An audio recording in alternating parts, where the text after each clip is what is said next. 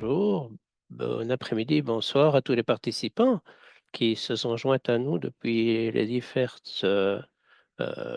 pays du monde. Au nom de l'ONU Femmes et le COLID, je tiens à vous souhaiter la bienvenue à notre session 4 des webinaires que nous organisons où nous essayons de faciliter et d'autonomiser davantage les femmes entrepreneurs. Dans cette session, nous allons travailler sur le sujet de tirer parti des technologies et la transformation numérique. Nous accueillons tout spécialement nos collègues du COLID et de ONU Femmes qui se sont joints à nous.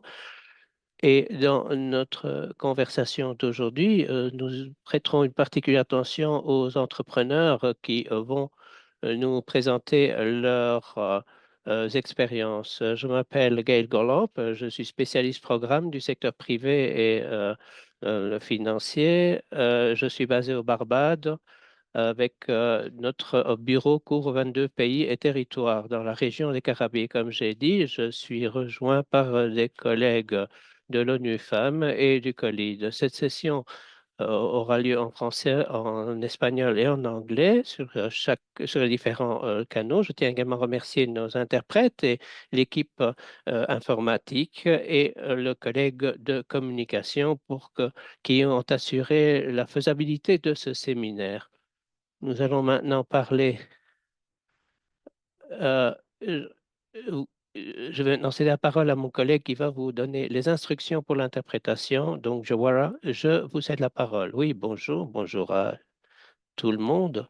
Je voudrais simplement faire remarquer que en bas à droite, dans votre fenêtre Zoom, vous devriez voir un petit globe ou les trois petits points avec plus. Vous pouvez faire clic sur ce globe pour changer vers la langue de votre choix, l'anglais, le français ou l'espagnol. Si vous ne le voyez pas, ce globe, vous faites clic sur plus ou davantage ou more pour pouvoir choisir la langue. Vous trouvez également là les icônes pour le Q&A, la foire aux questions, pour pouvoir y poser vos questions lors de ce webinaire. Enfin, vous pouvez mettre également des informations dans le chat si vous le souhaitez. Voilà. Je vais maintenant passer la parole à Gail de nouveau. Merci, Joara. Si vous avez des questions, n'hésitez pas à les poser dans le chat et Joara vous aidera à résoudre les problèmes que vous pourriez rencontrer.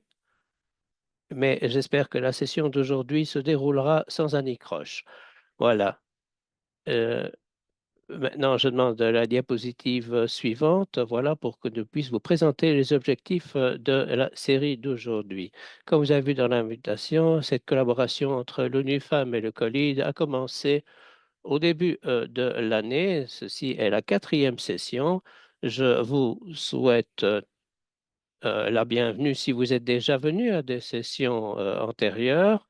Il y en a encore deux qui sont prévues pour cette année et je vous invite à nous présenter votre feedback sur la session d'aujourd'hui et les autres sessions que vous avez participé.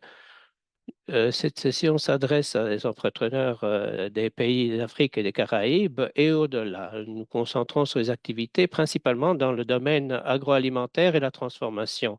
Cette série euh, vise à améliorer la collaboration entre les entrepreneurs, à partager les connaissances, à présenter des expériences de réussite de femmes entrepreneurs et améliorer les compétences en matière de business, d'accès au marché et de réseautage. Il s'agit d'une collaboration et c'est pour vous, les femmes entrepreneurs, de partager votre expérience. Et aujourd'hui, nous avons une agence qui apporte son soutien aux femmes entrepreneurs et donc il n'y a pas que nous qui sommes là pour vous aider. Nous sommes là ici pour vous aider en fait à vous mettre en contact, à apprendre et à développer votre activité. Comme je disais, nous allons parler aujourd'hui de tirer parti de la technologie et la transformation numérique. Je vais être votre modératrice aujourd'hui, mais je pourrais également compter sur l'aide de mes collègues Colline, euh, et au Colide, pardon, et à l'UNOFAM. Aujourd'hui, nous recevrons quelques remarques liminaires de la part de Jérémy Knops, délégué général du Colide, et puis nous passerons directement dans le vif du sujet. Nous avons un panel composé de femmes extraordinaires et très diverses. Et lorsque nous aurons fini d'entendre leur présentation, nous aurons une discussion avec les panélistes où vous aurez l'occasion de poser vos questions et ensuite nous conclurons dans notre session et nous vous informerons sur les prochaines étapes prévues. Voilà. Alors, je voulais simplement présenter les bases avant de donner la parole à Jérémy pour expliquer pourquoi nous avons choisi ce sujet aujourd'hui et pourquoi la numérisation est importante pour l'autonomisation des entrepreneurs. Nous avons réalisé une série d'études avec le COLID et l'ONU Femmes pour révéler les obstacles aux femmes entrepreneurs pour cette transformation numérique. Et nous avons vu qu'il y a une fracture de connectivité, une brèche de connectivité car il y a beaucoup de femmes qui ont par exemple un smartphone, mais qui n'ont pas accès à Internet. Et même si vous les femmes, par exemple, sont 5 fois moins susceptibles d'utiliser les médias sociaux pour leur activité commerciale et 3,7 fois moins susceptibles d'avoir un compte bancaire numérique, ce qui est clé absolument pour votre activité aujourd'hui. Il y a la question également de la sécurité en ligne. 57% des femmes entrepreneurs sont confrontées à de harcèlement en ligne. En tant que jeune femme entrepreneur, lorsque vous arrivez sur les médias sociaux, vous pouvez vous trouver face à des abus verbaux, des commentaires désagréables, et nous savons que l'Internet peut être un espace où il y a peu de sécurité. À côté de cet harcèlement, cela limite la visibilité, la croissance des femmes entrepreneurs. Et de ce fait, à cause du harcèlement, vous réduisez votre utilisation d'Internet parce que vous voulez ne pas être exposé à ce genre de situation. Et puis, nous avons une utilisation faible du commerce électronique et des outils informatiques et numériques. Donc, il y a beaucoup de femmes qui utilisent Alibaba, Amazon, Jumia, etc. Et nous savons que ces plateformes sont celles qui sont le plus utilisées et où vraiment vous pouvez augmenter votre portefeuille de clients.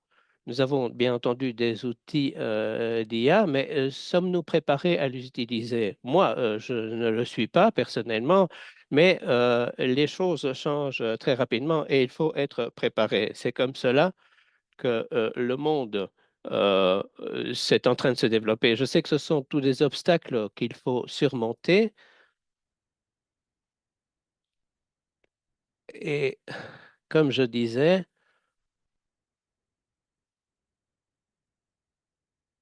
ceci est la quatrième édition de cette série et nous avons eu des participantes du monde entier. Lorsque nous avons lancé cette série, nous pensions en principe au continent africain et à la région des Caraïbes parce que le COLID est particulièrement actif dans le continent africain et l'ONU, le bureau multipays de l'ONU Femmes aux Caraïbes est également intéressé. Il y a beaucoup de similitudes avec le COLID et avec nous, et c'est pour cela que nous avons décidé de créer ce genre de séminaire. Vous avez vu que nous avons également élargi notre portée dans ces sessions. Nous avons une participation importante d'entrepreneurs d'Afrique et des Caraïbes un peu moins, parce que notre région est beaucoup plus petite que l'Afrique, mais nous avons également eu des participantes d'Amérique du Sud, d'Europe et d'autres régions, et je pense que également des participantes de la région Pacifique. Donc, c'est un monde important que nous réunissons et nous espérons que vous pourrez pouvoir jeter des ponts entre les régions et favoriser cette connexion, cette connectivité et apprendre mutuellement les unes des autres.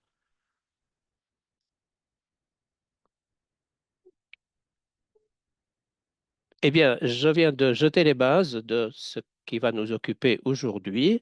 Et avant de passer à la suite, comme je disais, je vais présenter mon collègue Jérémy Knops, qui est délégué général du COLID.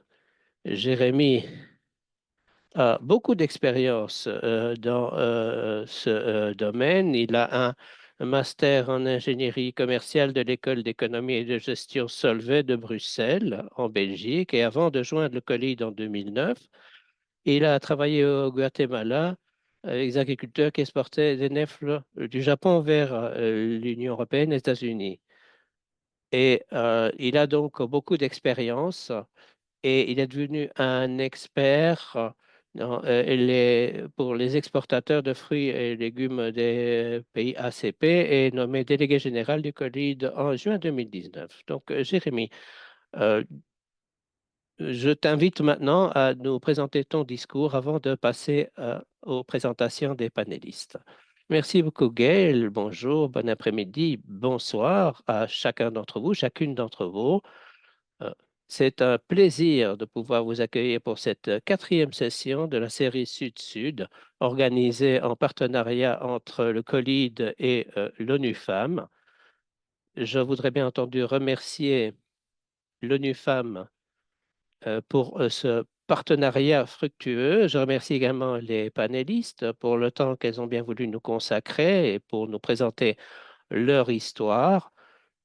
Et je vous remercie au nom du COLID et de l'ONU Femmes et tous les participants à cette session. Je suis vraiment ravi de voir combien de personnes se sont joints à nous du monde entier, comme je reconnais déjà des pays d'Afrique, des Caraïbes, du Pacifique et au-delà, comme Gail l'a déjà indiqué. L'esprit de ces sessions, c'est vraiment ce sens de communauté, de pouvoir partager nos expériences et d'apprendre et, en bout de compte, de collaborer. Aujourd'hui, nous allons nous consacrer à l'utilisation des technologies et à tirer parti de la transformation numérique. C'est quelque chose dont on entend beaucoup parler. C'est un sujet d'importance fondamentale, non seulement dans le secteur agroalimentaire, mais au-delà également.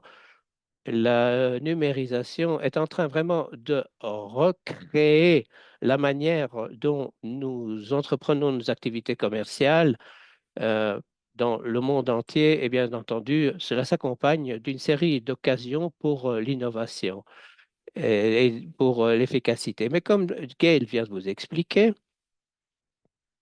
nous avons préparé cette session en examinant les obstacles qui sont la connectivité limitée, les obstacles financiers, et la fracture numérique et les questions de sécurité en ligne. Tous ces obstacles sont bien entendu des limites pour que les femmes puissent vraiment s'épanouir. Au COLID, nous avons une série de programmes et nous avons le programme Fit for Market Plus qui est financé par l'Union européenne et pour les pays d'Afrique et des Caraïbes. Avec ce programme transversal, nous contribuons à rendre les écosystèmes numériques plus inclusifs dans le secteur agroalimentaire à tous les niveaux, au niveau macroéconomique et microéconomique. Nous voulons vous garantir que vous disposez des connaissances, des outils, des compétences et des réseaux pour que vous puissiez vraiment vous épanouir, vous les femmes, dans ce monde en transformation numérique accélérée. Bien entendu, la session d'aujourd'hui ne va pas simplement examiner les défis, mais également les solutions qui pourraient être adoptées et vous présenter des exemples de réussite. Je suis vraiment heureux de pouvoir entendre des expériences, sources d'inspiration de femmes de Côte d'Ivoire, d'Ouganda, du Zimbabwe, de Grenade et nous espérons pouvoir vous fournir des éléments pour pouvoir innover et renforcer votre résistance. Toutes ces histoires nous rappellent que les femmes qui disposent des bonnes ressources et du bon soutien peuvent être à la tête d'un avenir inclusif, en particulier dans le secteur agroalimentaire. Je vous encourage donc à participer de façon active dans toutes les discussions d'aujourd'hui, à poser des questions, à partager vos expériences, vos perspectives, à rester en contact au terme de cette session, ce qui est l'objectif de la création de notre communauté tous ensemble. Je vous remercie beaucoup et je suis impatient de commencer cette session. Merci beaucoup, Jérémy. Et on ne peut pas insister davantage. N'hésitez pas à poser des questions, à participer. C'est une opportunité unique pour vous. Et non seulement, comme il a dit, nous ne voulons pas ne plus entendre parler de vous par la suite. Restez en contact, s'il vous plaît, pour que nous puissions maintenir ce dynamisme et voir jusqu'où nous pouvons aboutir. Nous sommes ici pour pouvoir faciliter, établir ces premiers liens et nous vous invitons à maintenir les relations jusqu'après cette session également. Merci beaucoup, Jérémy. Et maintenant, passons à notre panel. Je vais vous donner quelques instructions et je suis très heureuse de voir que tout le monde met dans le chat son nom, son origine, etc. C'est toujours agréable de savoir d'où viennent les gens, de savoir s'ils sont de près de chez nous ou de loin. C'est quelque chose que j'apprécie énormément. Alors, avant de commencer à écouter les différents panélistes, je voudrais vous expliquer comment nous allons procéder aujourd'hui. Nous avons 5 panélistes et chaque membre du panel va faire sa présentation. Je vais donc les présenter et puis nous écouterons ce qu'ils ont à nous dire. Et une fois qu'elles auront terminé leur présentation, j'aurai un bref échange avec chacune d'entre elles. Et puis nous tournerons vers vous avec mon collègue Alonso pour qui va gérer la session de questions et réponses. Mais ceci ne veut pas dire que vous devez attendre jusqu'à la fin avant de mettre vos questions par écrit dans le chat. Si vous êtes comme moi, dans 5 minutes, vous aurez oublié quelle était la question que vous vouliez poser. Donc, prenez des notes, mettez votre question dans le chat et nous essaierons d'y répondre. Et dans la section questions et réponses, ou voir aux questions, Q&A, vous pouvez l'écrire, mais ceci ne vous empêche pas non plus de lever la main pour poser votre question oralement en fin de session. Donc, c'est comme ça que nous allons procéder. Et une fois que nous aurons entendu nos panélistes, nous tournerons vers vous. Donc, sans plus attendre, je vais commencer avec mes panélistes. Je voudrais commencer par vous présenter Madame Gladys Yao, qui est fondatrice et directrice de la Société ivoirienne de transformation évoluée, CITRAV, qui opère sous la marque Piment Mako. Et donc, ceux qui ne parlent pas français, assurez-vous d'être sur le canal anglais parce que Gladys va s'exprimer en français pour nous aujourd'hui. Donc, comme je disais, Gladys Yao est fondatrice de Citrave qui opère sous la marque Piment Mako. Elle a transformé euh, la société en 2016 et a rendu sa société spécialisée dans les produits locaux de base tels que le piment, le poivre, la soumara. Je suis très impatiente de l'entendre exposer sa situation. Nous avons des entreprises similaires aux Caraïbes et je suis curieuse de voir quelle a été la démarche de Gladys et d'apprendre ce qu'elle a à nous raconter. Gladys, je vous cède la parole. Beaucoup, merci monsieur, merci à tous. Bonjour tout le monde, bonsoir tout le monde. Je suis vraiment très contente de pouvoir participer à cette session. Pour la petite histoire, c'est ma toute première fois de participer à un panel aussi rempli de monde. Donc, je suis vraiment très enthousiaste. En tout cas, merci beaucoup, merci à chacun. Donc, je présente rapidement la CITRAV. La CITRAV, c'est la Société ivoirienne de transformation du courrier. Elle a été créée depuis 2016. À l'époque, on était deux, mon mari et moi. Mais aujourd'hui, nous employons 18 personnes. Ils sont tous déclarés à TNPS.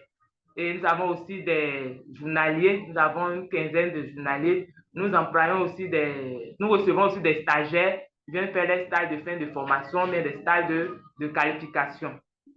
Et nous avons beaucoup de produits. Nous avons commencé avec un seul produit, c'était le piment. Mais aujourd'hui, nous avons 6 produits.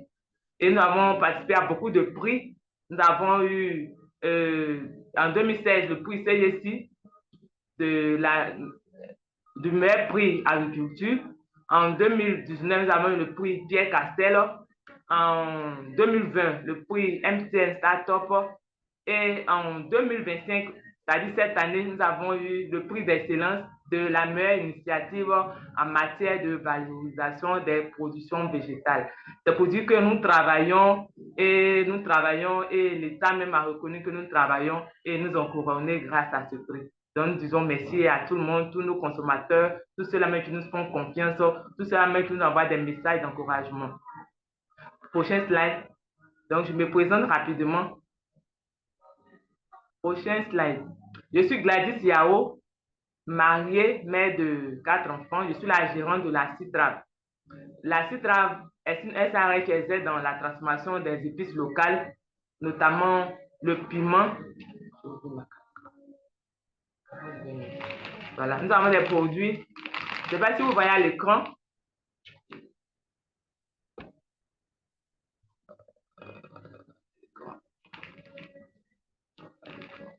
Okay. Donc, je tiens là le piment. Là, c'est notre premier produit. Ensuite, il y a le poivre, notre deuxième produit. Ensuite, il y a le soumara, appelle le troisième produit. Ensuite, il y a le poivre africain que chez nous, on appelle le féfé, le quatrième produit. Et on a aussi l'oignon en poudre. Et notre cinquième produit, notre dernier produit, c'est le doublé. OK. Prochain slide, s'il vous plaît.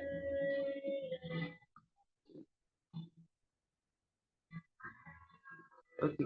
La technologie a apporté beaucoup de choses dans notre activité.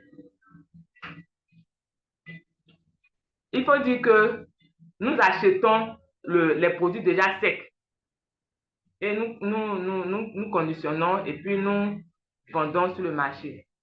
Donc, si ces produits ne sont pas bien secs, on a un problème de durée de vie du produit. C'est-à-dire que le produit fini ne dure pas dans le temps et il se gâte vite. Donc, on a beaucoup de plaintes. Donc, pour réduire ce problème-là, on séchait le piment au soleil.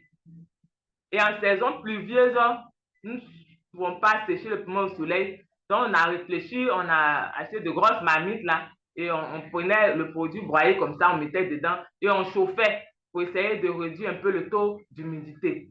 Malgré tout ça là, le produit ne pouvait pas durer dans le temps. Mais avec l'arrivée de la technologie, nous avons pu acheter un séchoir. Donc aujourd'hui, nous séchons nos produits. Et ces produits-là peuvent durer dans le temps et nous n'avons plus de plaintes de consommateurs. C'est-à-dire que nous gagnons de l'argent et nous puissions satisfaire la clientèle. Prochain slide. Ensuite, prochain slide, s'il vous plaît.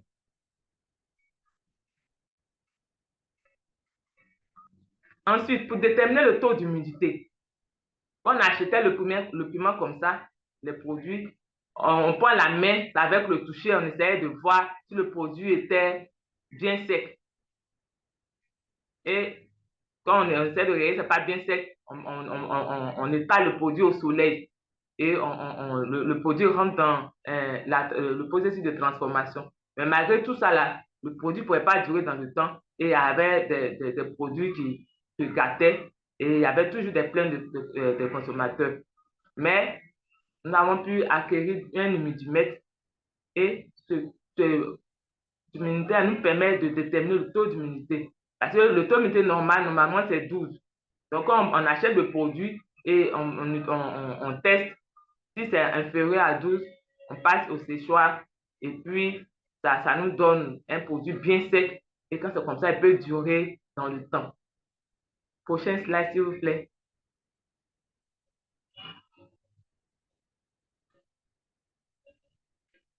Pour le conditionnement, à l'époque, on faisait à la main. C'est-à-dire qu'on finit de broyer le produit, on prenait une cuillère et à l'aide d'une ensacheuse manuelle, on conditionnait notre produit. Et avec ce procédé, il nous fallait une journée pour conditionner 1 kilo de produit. Alors qu'aujourd'hui, grâce à des ensacheuses que nous avons pu acquérir, nous pouvons ensacher 5 kilos de produits l'heure. Donc, ça nous fait gagner de l'argent, ça nous fait gagner en temps et nous avons toujours des produits disponibles pour satisfaire les consommateurs. Prochain slide, s'il vous plaît. Maintenant, concernant la numérisation, il y a beaucoup de choses à dire à ce niveau. Mais là aussi, nous avons retenu seulement 3 éléments à cause du temps. Prochain slide, s'il vous plaît. À l'époque, pour faire nos enregistrements, on avait recours à un papier, une feuille de papier. On partait vendre comme ça, on revenait, on écrivait. Le lendemain, on ne sait pas où on a acheté la feuille. Donc, on a réfléchi, on dit, bon, on va acheter un cahier. Et on achète le cahier, on se rend compte que le cahier, les pages finissaient vite. On dit, bon, ok, on va s'acheter un gros registre. Donc, on a acheté le gros registre, on notait à la main. Mais souvent, on revient, on se rend compte que le bic qu'on a utilisé la veille, on ne sait pas où on a déposé. Donc, il faut courir à l'acheter. Un bic, c'était vraiment fastidieux et ça perdait le temps. Et puis, bon, ça nous faisait vraiment perdre de l'énergie. Prochain slide, s'il vous plaît. Mais aujourd'hui, avec la numérisation, l'informatique, nous enregistrons nos données à l'informatique. Toutes nos ventes journalières, nous enregistrons cela. Et pour faire les bilans annuels, c'est facile. Il suffit de cliquer et on a les ventes annuelles. Ensuite, concernant les déclarations. Avant, pour faire les déclarations, on était obligé d'aller nous-mêmes physiquement aux impôts, bien à la CNPS. Donc, on payait d'abord le transport et il y a une longue file d'attente qui nous attendait là-bas et il fallait passer toute la journée avant d'être servi. Mais maintenant, avec l'IMPO, l'ICNPS, c'est facile, de notre ordinateur portable, on paye facilement les impôts, on passe facilement à la CNPS et on gagnait facilement en temps. Prochain slide, s'il vous plaît. Maintenant, où la numérisation, je peux dire, nous a fait du bien, c'est au niveau des ventes. Avant, on faisait du porte-à-porte. On marchait sur une longue distance, mégaphone à main. Et on partait dans les marchés et on avait notre petit chant qu'on chantait.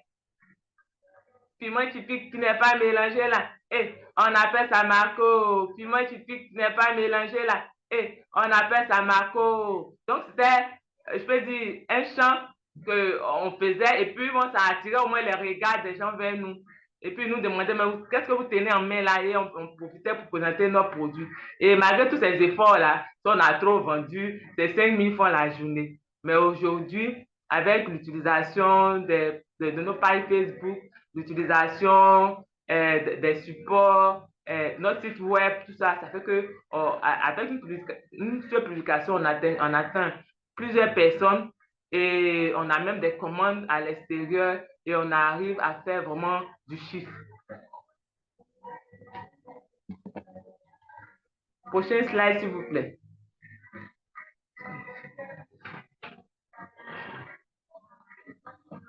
Ok, bon, voici en gros ce que je peux dire concernant l'apport de la technologie et de la numérisation sur notre activité. Donc, en gros, nous avons vraiment gagné beaucoup de parts de marché grâce à la numérisation et à la technologie. Je vous remercie. Merci à vous, Gladys. J'étais particulièrement intéressée à cet apport technologique et voir comment cette transformation numérique vous a aidé dans votre entreprise. Merci de nous avoir fait part de votre expérience. Alors, si vous le souhaitez, vous pouvez poser des questions à nos oratrices grâce à la section questions-réponses. En tout cas, merci encore une fois à Gladys pour son intervention. Et maintenant, nous allons passer à Shiba Augustine, euh, qui a créé une société de soins dermatologiques à La Grenade. En fait, elle a créé une marque de soins pour la peau qui sont entièrement naturels.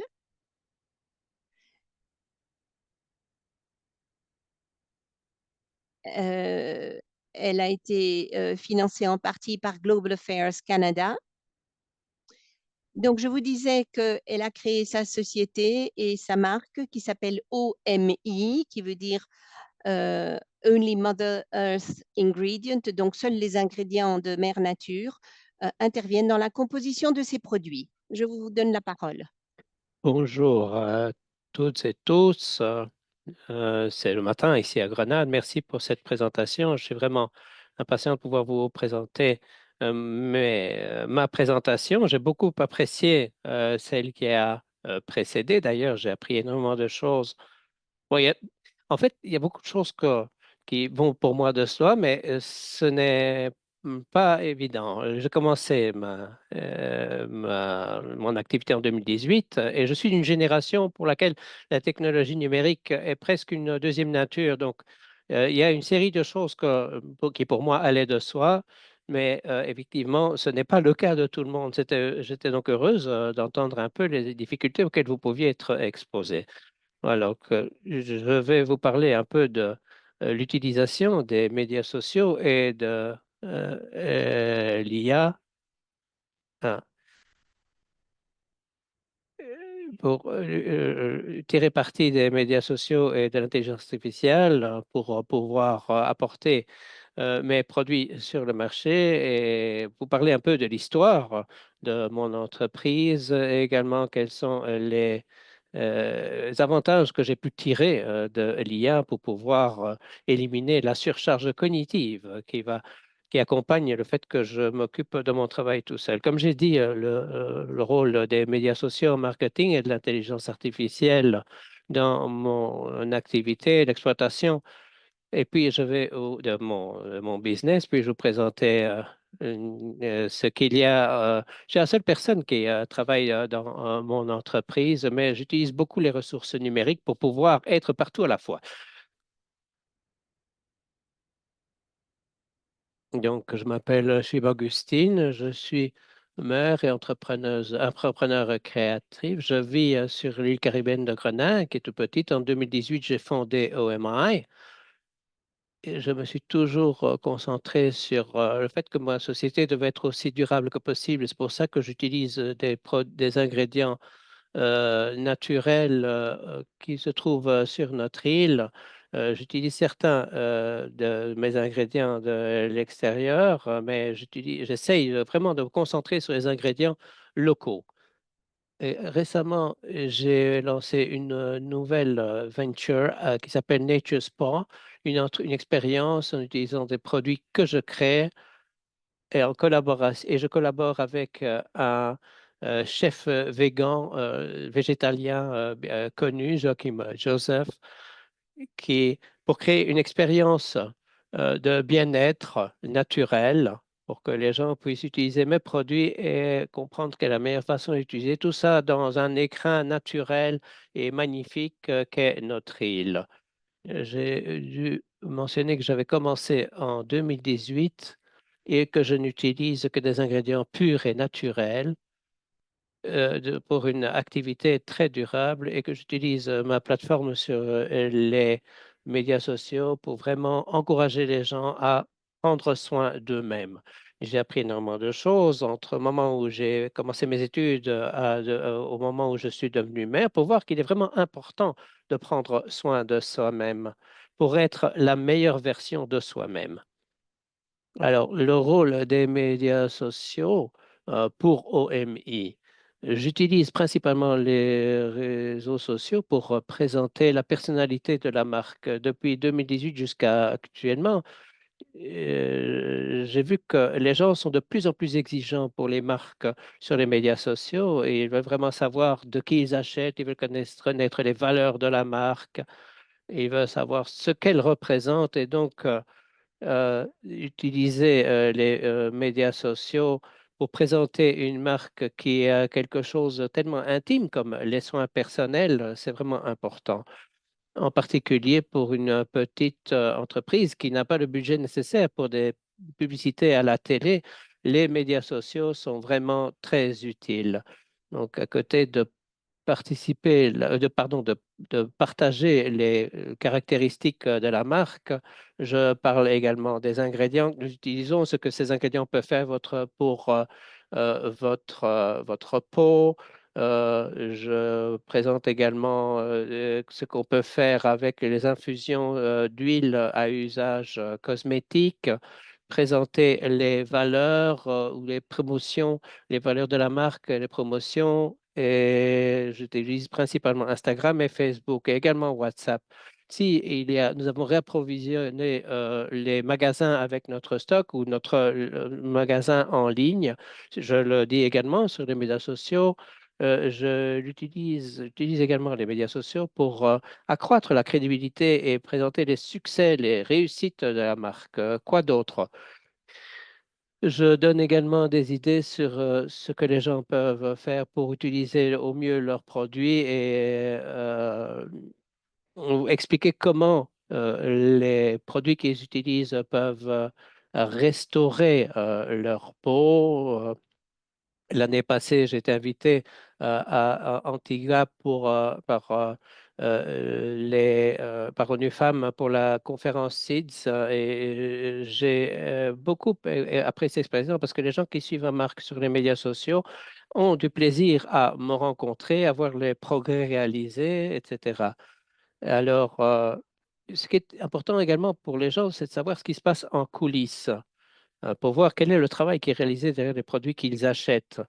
Et c'est tellement différent d'autres activités auxquelles je me suis consacré. Ici, tout est fait à la main et non seulement c'est intéressant, mais ça met également en valeur ce qu'il y a dans la création du produit que les gens utilisent. Je partage également des informations sur le style de vie associé au produit parce que OMI préconise une vie naturelle, la durabilité, les soins de soi et voilà, c'est ça que je présente sur les réseaux sociaux. Alors, cette année,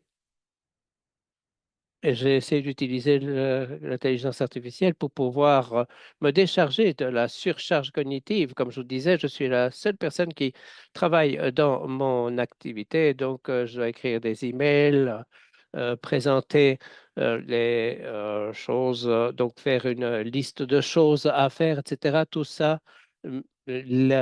ça exige énormément de travail et j'utilise l'intelligence artificielle pour ça. Je l'emploie également pour essayer comme caisse de résonance pour mes idées, pour développer mes concepts. Et je poserai mes questions. Je dis, je parle avec l'IA comme je parlerais, par exemple, comme si j'avais un collègue pour avoir un feedback. Et même si j'ai un embryon d'idée, je peux demander à l'IA de m'aider à donner corps à cette idée. Et j'ai une formation sur l'utilisation de l'IA dispensée par un coach en FR, ce qui m'a aidé à être plus réfléchi et stratégique dans mes demandes.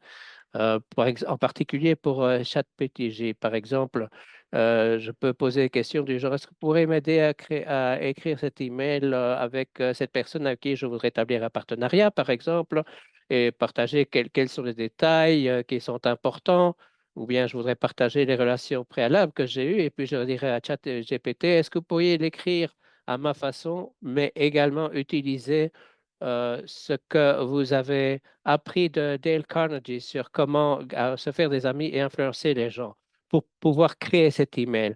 Et puis, je peux raffiner ma question parce que si ma demande n'a pas été bien comprise ou que j'ai oublié quelque chose, j'ai d'abord un projet d'email, puis je le retravaille, j'utilise nouveau IA pour pouvoir le faire. Ça me permet également d'être plus efficace, voir, il y a beaucoup de choses à faire. Il y a des produits à fabriquer, les vidéos de médias sociaux, des photos à prendre, de faire des réapprovisionnements, etc. Donc, il y a énormément de travail et l'IA m'a vraiment aimé à aider à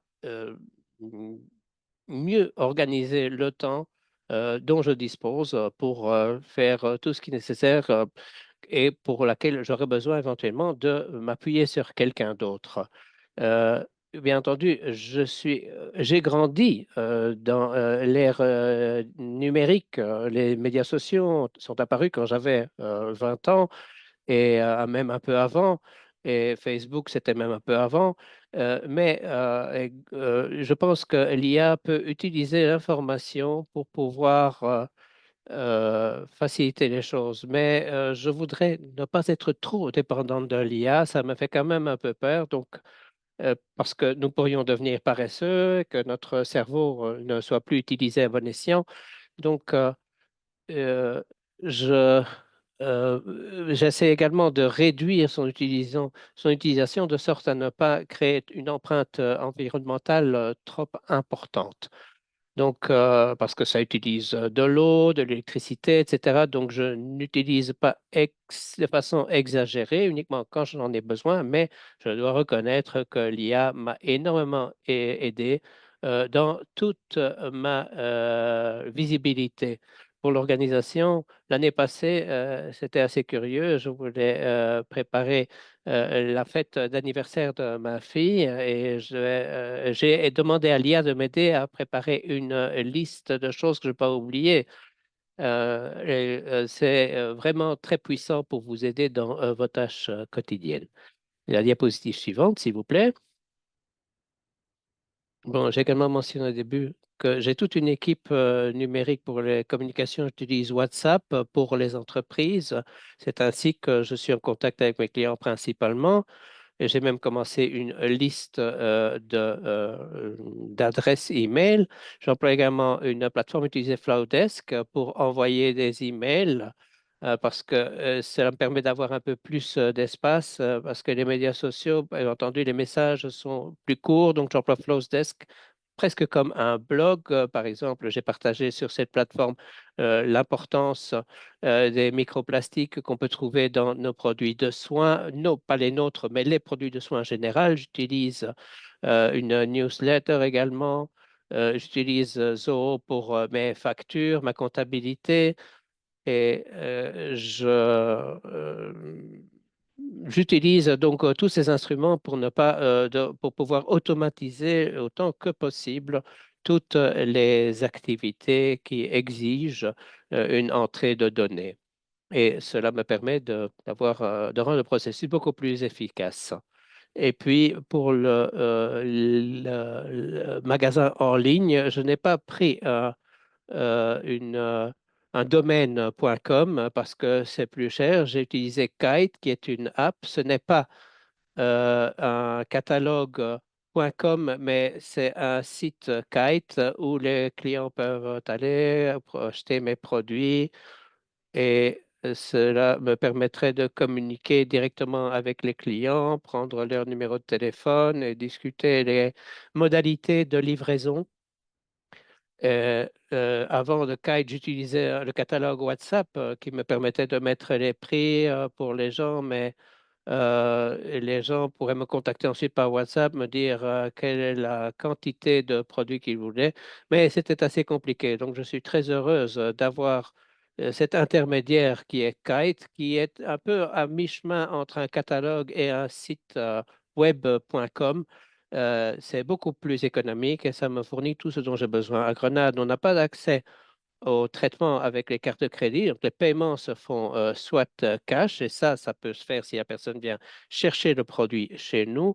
Mais au cours des dernières années, notre banque a rendu possible un paiement, un système de paiement bancaire. Vous pouvez avoir les renseignements bancaires d'une personne dans l'application et le virement se fait instantanément. Nous n'avons pas pas Venmo ou toutes les autres applications qui sont disponibles aux États-Unis ou en Occident.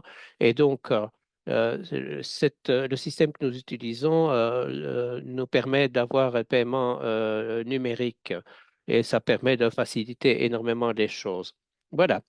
Ça, c'est l'équipe numérique de OMI. Nous utilisons également Facebook, mais on utilise principalement Instagram. Diapositive suivante, s'il vous plaît. Ben voilà, ça c'est la fin de ma présentation. Vous pouvez utiliser le code QR si vous le souhaitez, qui vous amènera à ma page Instagram. Vous aurez également mes détails de contact. Et si vous voulez me poser des questions sur cette présentation ou si vous voudriez passer une commande pour un produit, nous envoyons nos produits dans tout le monde sauf aux États-Unis à cause d'un problème qu'on a avec l'expédition en ce moment et à cause des tarifs. Mais j'espère que ce sera rapidement résolu et que nous pourrons continuer à expédier dans le monde entier. Merci pour votre attention et je serai très heureuse de vous voir. Merci Shiba pour cette présentation très intéressante. Vous avez parlé de l'IA et de voir toutes les choses qu'elle peut faire, mais qu'il faut également savoir où s'arrêter, hein. Et c'était vraiment intéressant pour moi parce que ce que vous avez dit à ce sujet, lorsque vous avez parlé également de l'utilisation des médias sociaux, parfois on pense que c'est uniquement pour présenter nos produits, mais j'ai aimé votre façon de parler comme une plateforme pour pouvoir vous présenter vous-même et pas seulement vos produits, pour fêter vos réussites ou partager les coulisses, ce qui vous permet également de renforcer la connexion avec vos clients. Donc, merci Sheba. N'hésitez pas, je m'adresse maintenant aux membres qui nous suivent pour poser leurs questions. Nous allons maintenant passer à Joséphine. La prochaine présentation, c'est Madame Joséphine Ocotte, qui est la fondatrice et directrice de Victoria Seeds Limited d'Ouganda, une entreprise créée en 2004. Entre 2004 et 2024, elle a su transformer sa start-up en l'une des principales entreprises semencières d'Ouganda. Et elle a eu un fameux, elle a été reconnue internationalement pour son impact sur l'innovation. Bonjour, donc, je vous cède la parole, Joséphine, et je vous demanderai de respecter vos 10 minutes.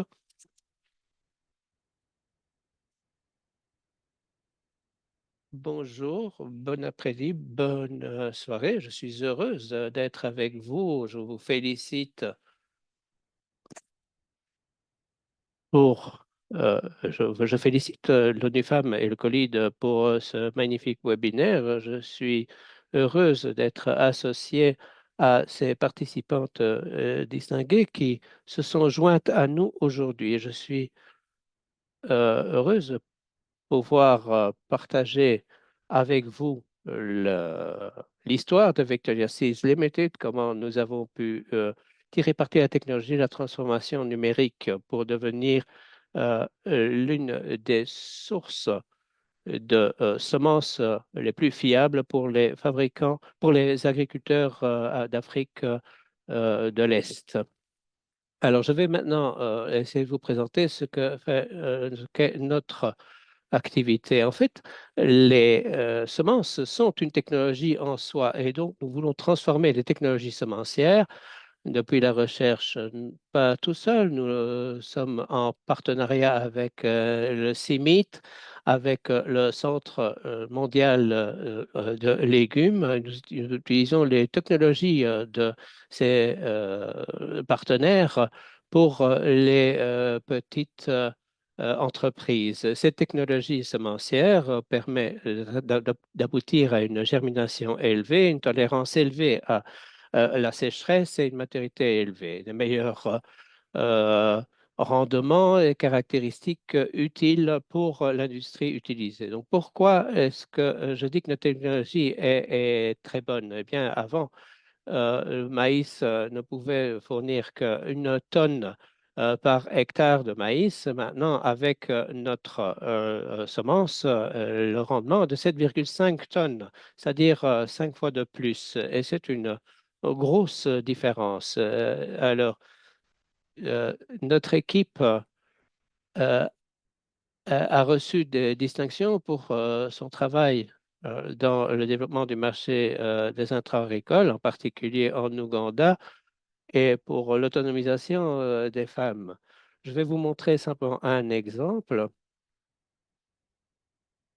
Euh, Donc, vous voyez ici, ça c'était il y a de nombreuses années, mais à l'époque, l'ONU Femmes nous avait sélectionnés à moi-même comme fondatrice pour être la porteuse de flambeau de l'Ouganda pour le développement, pardon, les objectifs de développement du millénaire, le troisième objectif, qui était l'égalité entre les genres et l'autonomisation des femmes. Ça, c'est l'ambassadeur danois qui me donne la torche. Pourquoi avons-nous reçu cette distinction? Eh bien, parce que nous concentrons sur le développement des communautés et l'autonomisation des femmes en les faisant participer à notre chaîne logistique des semences pour avoir un marché euh, euh, attrayant. Nous transmettons des compétences en matière de production des semences et nous également nous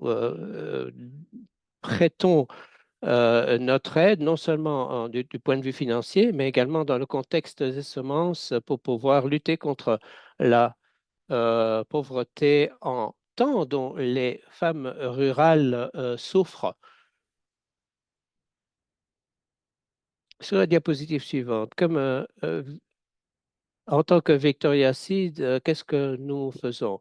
Ah oui, je voudrais quand même partager rapidement certains des les éléments clés qui sont à la base de notre réussite. D'une part, je me suis lancé dans une activité qui me passionne vraiment. Donc, si vous voulez être entrepreneur, il faut vraiment vous consacrer à ce que vous aimez faire. Comme vous voyez, la passion vous permet de surmonter tous les obstacles et de vous relever lorsque vous avez reçu des coups. Et en tant que femme entrepreneur, parfois, il faut pouvoir avoir le courage, avoir confiance en soi et courage de réaliser ses rêves et développer la confiance en soi. Euh, pour créer une équipe de collaborateurs qui partagent votre vision. Et trouver un partenaire financier, c'est un important défi dans le monde agricole en Afrique. Donc, il est important de trouver un partenaire qui soit prêt à soutenir votre croissance et qui s'engage à comprendre votre activité.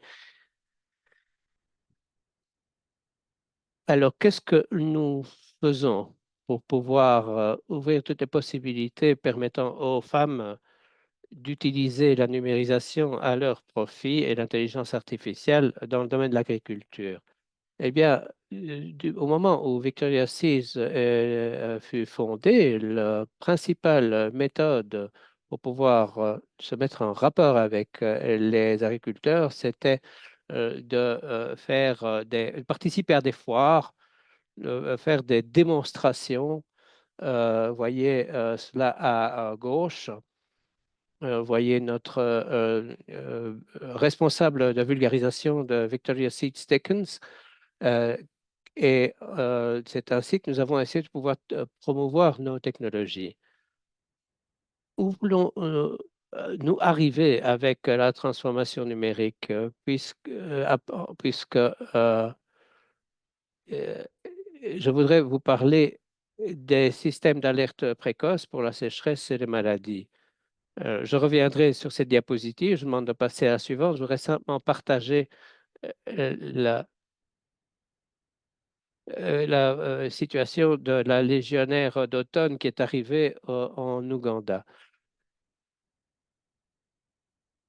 Bonjour, est-ce que... Voilà, merci. Ça, c'était la diapositive que je demandais. Je reviendrai sur la diapositive antérieure par la suite. Donc, système d'alerte précoce pour la sécurité alimentaire. Vous voyez la légionnaire d'automne qui est arrivée en 2016. Je sais qu'il y a 10 ans, mais c'est une bonne chose de pouvoir partager cette histoire. On pensait que c'était un problème des tiges.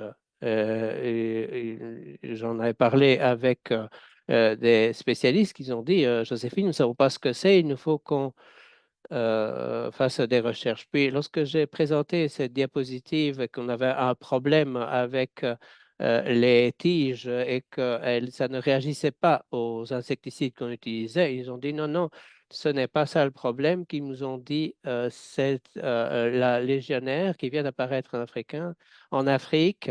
Et donc, il faut la gérer d'une façon différente à celle à laquelle vous êtes habitué. Donc, je suis allé à une foire agricole à Zombo. Zombo, c'est sur la frontière entre la République démocratique de l'Ouganda à l'ouest du Nil.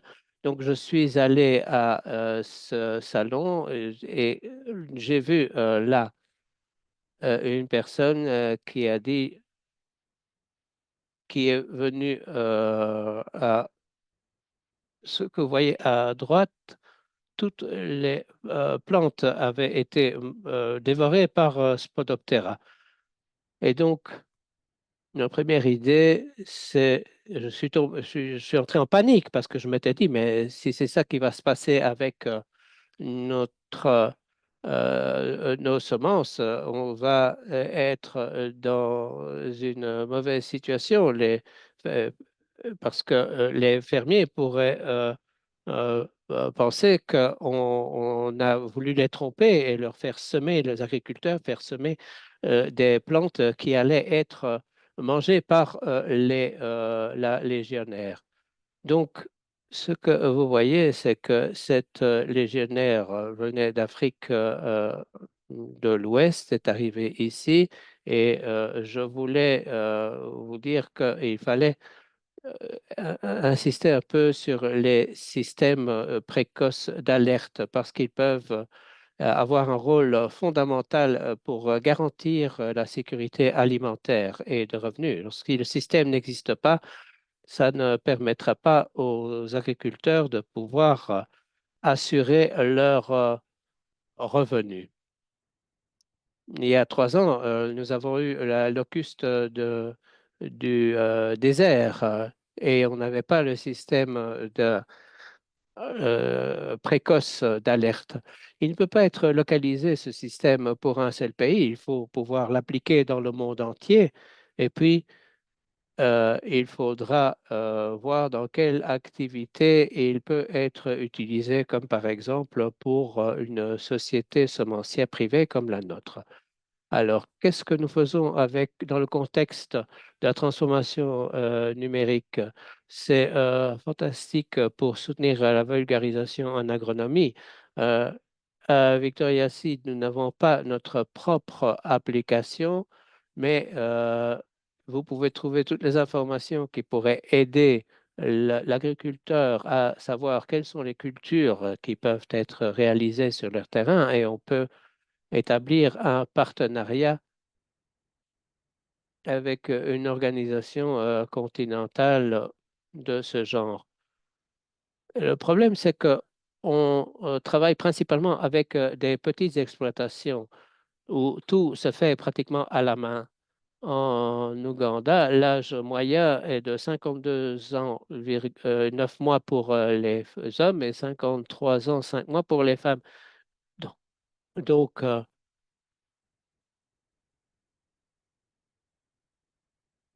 il, il faut pouvoir avoir une carte qui puisse aider les agriculteurs à choisir le type de culture qui est réalisable sur leur terrain. Les agriculteurs avec lesquels nous travaillons n'ont pas les connaissances, les compétences numériques pour pouvoir utiliser ce type d'informations sur leur smartphone. Donc, il nous faut toujours l'aide des agriculteurs ou les agronomes, comme disait Victoria, et nous aimerions qu'il y ait des agronomes virtuels sous forme d'app et des organisations comme l'ISDA Afrique offrent des agronomes virtuels, mais la plupart du temps, il faut établir un partenariat avec eux et bien souvent, les agriculteurs ne sont pas au courant. Donc, c'est pour ça que la vulgarisation est importante.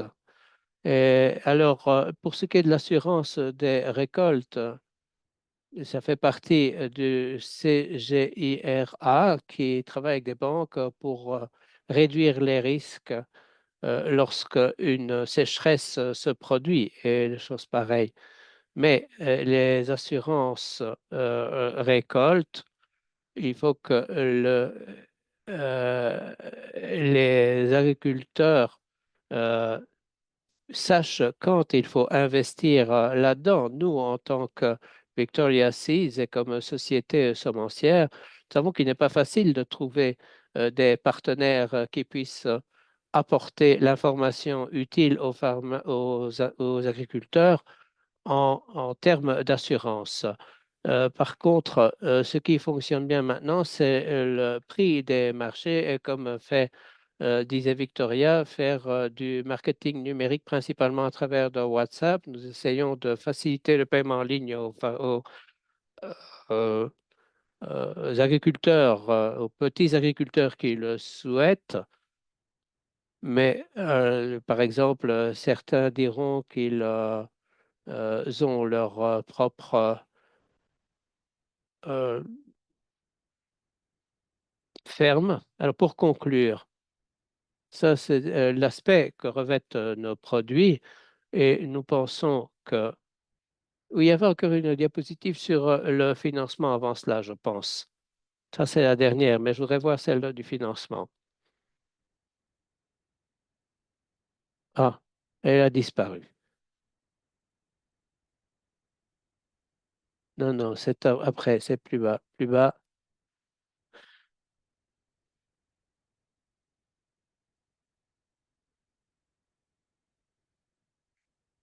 non. Le dispositif sur financement n'est pas là. Bon, eh bien, il y avait une diapositive dans laquelle je disais que la numérisation et le défi du financement, le défi, c'est que il est bon de numériser, mais je disais qu'on a toujours le problème de l'endettement et qu'avoir du capital, c'est confortable, avoir des dettes, c'est dur. Le capital, c'est un matelas, les dettes, c'est une épée. Donc, euh, pour Victoria Seeds, il est important de former les petits cultivateurs, les préparer au monde numérique et comme la plupart des agriculteurs sont de plus en plus âgés, c'est assez compliqué. Et ceci peut se faire grâce à un partenariat, mais parfois, il n'est pas facile de savoir où trouver. C'est pour ça que je félicite l'ONU Femmes de nous avoir réunis pour pouvoir travailler ensemble et que nous puissions développer l'espace numérique, mais ça demande de plus en plus d'investissement. On ne peut pas se développer dans un espace numérique sans énormément d'investissement. Merci beaucoup. Nous avons entendu votre passion et puis on a aussi bien compris que cette transformation numérique était nécessaire et dans votre dernière remarque également est essentielle parce que vous avez parlé de la fracture financière, du financement, comment faire pour financer cette transformation numérique. Il est nécessaire bien entendu de connaître également les entrepreneurs qui ont besoin de ces financements. En tout cas, merci pour cette intervention. Je vous propose à présent de passer maintenant, voyager vers la Grenade, aux Caraïbes. Euh, nous, nous allons parler avec une agence euh, euh, qui fournit du soutien aux entrepreneurs. Alors aujourd'hui, nous allons parler avec, nous avons à avoir le plaisir d'écouter plutôt une personne très importante. C'est la directrice de l'Agence nationale de formation de la Grenade, Madame le docteur Kemoy Edwards. Et donc, elle est bien placée pour parler de l'aide qui peut être fournie par ces agences. Merci, bonjour à tous, bonsoir selon où vous vous trouvez. C'est un plaisir pour moi de venir m'exprimer devant vous en tant que représentant de l'Agence nationale de formation de la Grenade et pour vous parler de ce projet de transformation numérique aux Caraïbes. On appelle ça Cardic. Mais avant cela, je voudrais vous présenter l'Agence nationale de formation de la Grenade qui a été créée donc en 2009. C'était donc une disposition de loi du Conseil de la Grenade en faveur donc de la formation professionnelle et technique. Il s'agissait donc de pouvoir superviser le développement et la réalisation de certaines formations dans ce domaine, donc dans le domaine de la formation professionnelle et des études. Alors, ceci a débouché également sur les qualifications professionnelles nationales euh, et les CBQ. Ainsi, nous avons pu créer un climat de confiance autour de ces instruments qui ont permis donc de faciliter la libre circulation des travailleurs euh, dans toutes les Caraïbes, dans tous les pays des Caraïbes, en tant qu'autorité de formation nationale et également avec le rôle que nous jouons. Il s'agit bien entendu de nous assurer que le modèle soit un modèle standard applicable à tous les pays. Donc, il faut donc faire de la formation, de l'évaluation, de la certification grâce à ces dispositifs et nous travaillons donc avec l'industrie, avec les organes consultatifs pour le développement et la mise au point de normes. Nous collaborons donc avec les entreprises, avec les institutions, ainsi qu'avec les gouvernements pour nous assurer qu'il y ait également du personnel qui puisse assurer cette certification. Donc, nous nous intéressons donc à l'assurance qualité. C'est une responsabilité. L'organisation est responsable de la supervision donc de ces certifications et nous voulons faire en sorte que les prestataires de formation se servent de ces normes en matière de formation et de formation professionnelle. Donc, grâce au département de soutien à la formation, nous avons donc des orientations, des conseils qui sont donnés et on est bien entendu sensible également à la dimension de genre. Euh, nous savons que ces formations vont avoir un impact sur la vie de ces personnes. Et donc, nous voulons bien entendu spécifiquement nous intéresser également à l'aspect marketing et communication de ce que nous proposons. Nous avons quelques 200 normes qui couvrent aussi bien l'agriculture que la technologie. Donc, c'est un large éventail qui est couvert par ces 200 normes. Donc, grâce au CARDIP, nous avons donc euh, euh, entamé un véritable processus de numérisation dans le secteur public.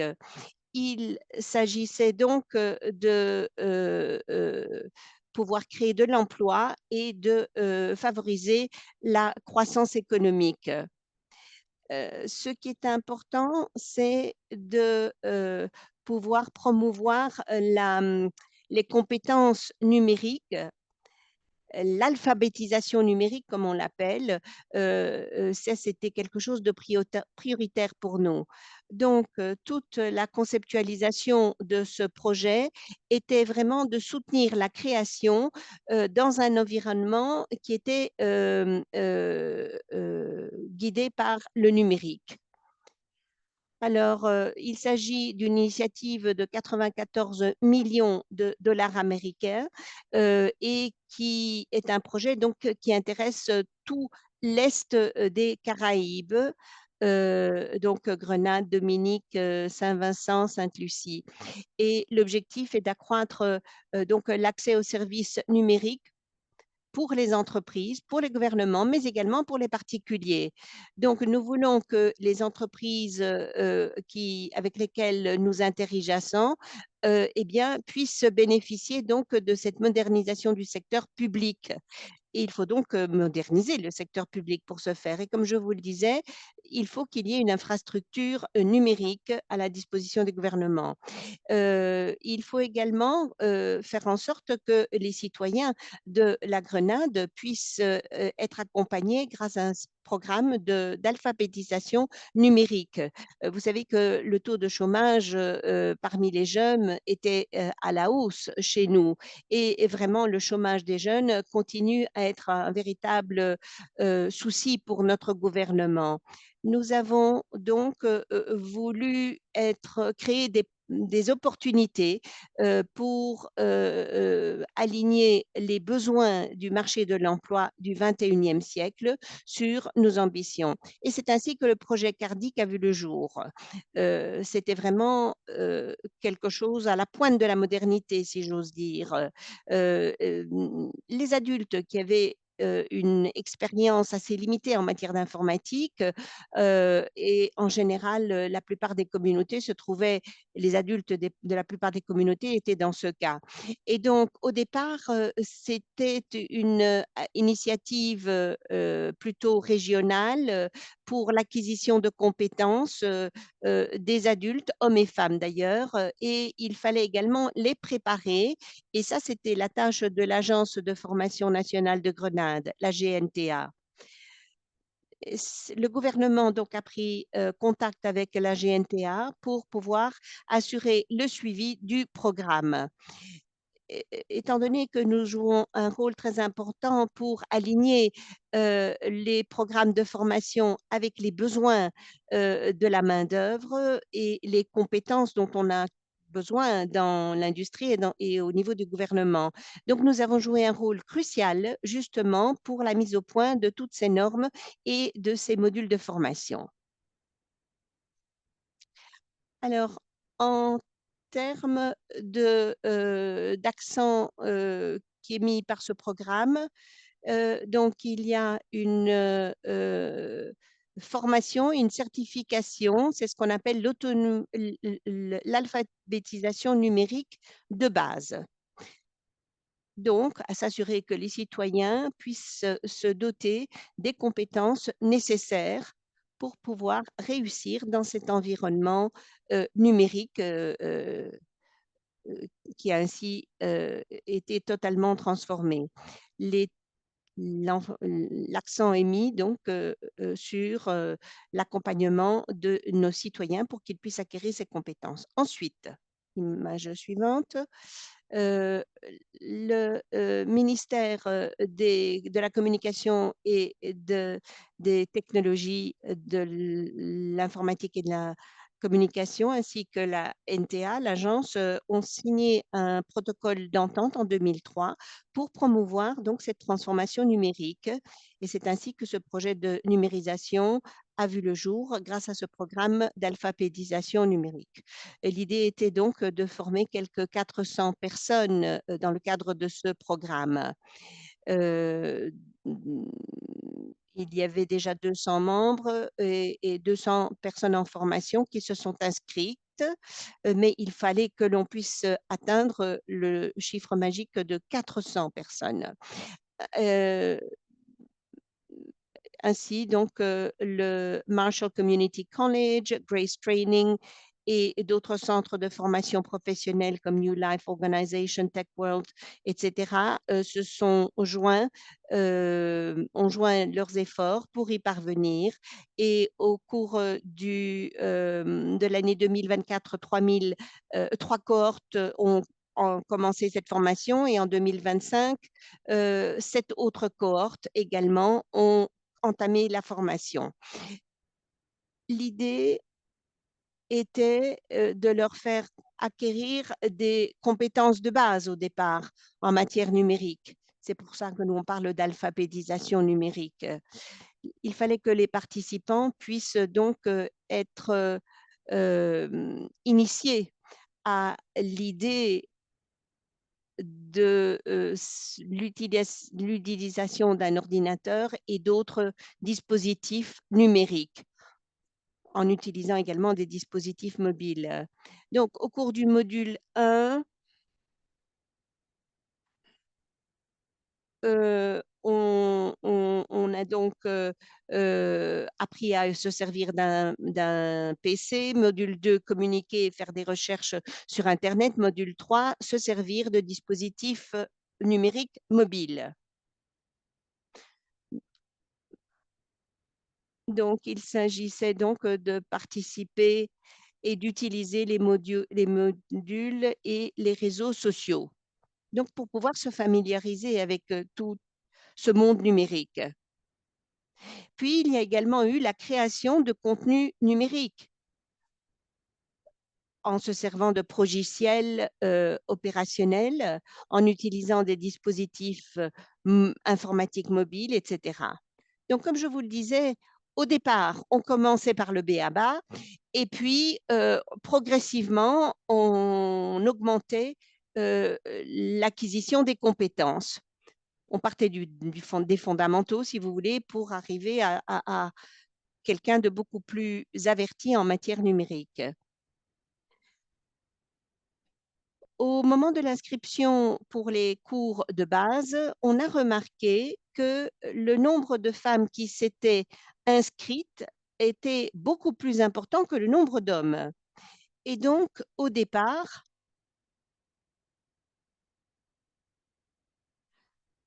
il y avait ce défi.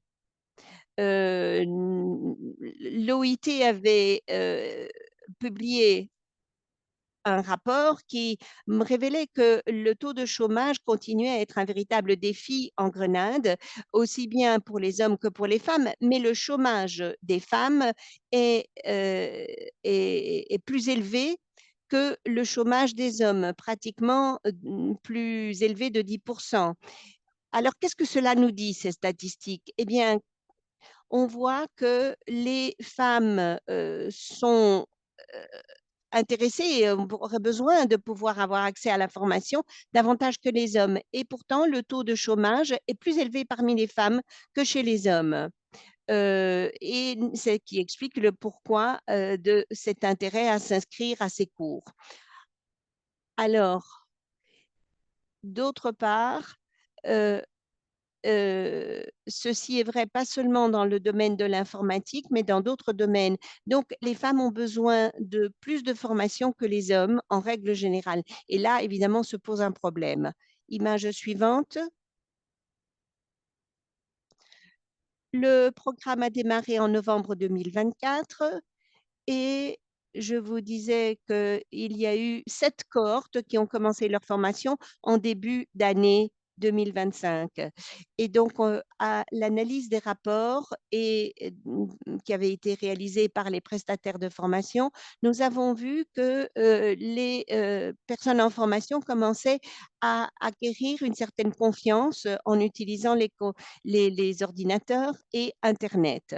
Donc, accroissement de leur confiance et puis et donc ils arrivaient à résoudre certains problèmes, à trouver des dossiers informatiques, à envoyer des emails et tout ça montre que il est important également de bien comprendre que l'on a besoin de pouvoir se servir de l'informatique également dans le milieu familial primé. Mais il fallait également qu'il y ait une compréhension de ce que c'était la confidentialité et le respect de la vie privée. Il fallait également que l'on puisse voir quel était l'impact pour pouvoir effectuer un suivi. Nous avons également regardé ce que disaient les hommes et les femmes qui avaient participé au programme. En particulier, on voulait voir en quoi cela avait changé leur emploi, leur situation, notamment chez les femmes. Est-ce qu'elles étaient plus à l'aise pour utiliser l'ordinateur? Est-ce qu'elles s'en servaient pour créer de l'emploi, dans le cadre de leurs activités commerciales? En tout cas, nous avons beaucoup réfléchi au plan d'avenir et sur le long terme pour étendre tout cela à d'autres communautés. En tout cas, les données qui concernent les inscriptions concernaient avant tout Saint John. En fait, ce sont des paroisses qui sont peut-être habituellement moins représentées lorsqu'on propose des formations. Nous avons également regardé quels étaient les parcours pour avancer vers une certification un peu plus poussée. Donc, on ne veut pas en rester simplement au niveau de base, de compétences de base. Et les personnes qui ont reçu ces formations ont exprimé un intérêt à aller plus loin dans leur formation. Donc, ils manifestent leur intérêt à poursuivre et à finir le programme de formation, et ceci jusqu'à la certification. Et donc, il est important de réfléchir aux différents parcours de formation qui peuvent être proposés pour que cette transition se fasse sans heurts, donc du niveau de base au niveau plus avancé. Donc, pour conclure cette présentation, comme je vous le disais, euh, le projet de transformation numérique, au départ, n'était pas conçu spécifiquement pour les femmes. Ce sont les données statistiques qui nous ont montré que c'était surtout les femmes qui s'étaient inscrites dans ce projet de transformation numérique. Et en tant qu'organisation, nous avons dû nous interroger pour voir comment nous pouvions créer des parcours qui permettaient d'avancer vers la certification de ces personnes en formation et pour mesurer l'impact que cette formation avait eu sur leur vie et leur vie professionnelle. Merci.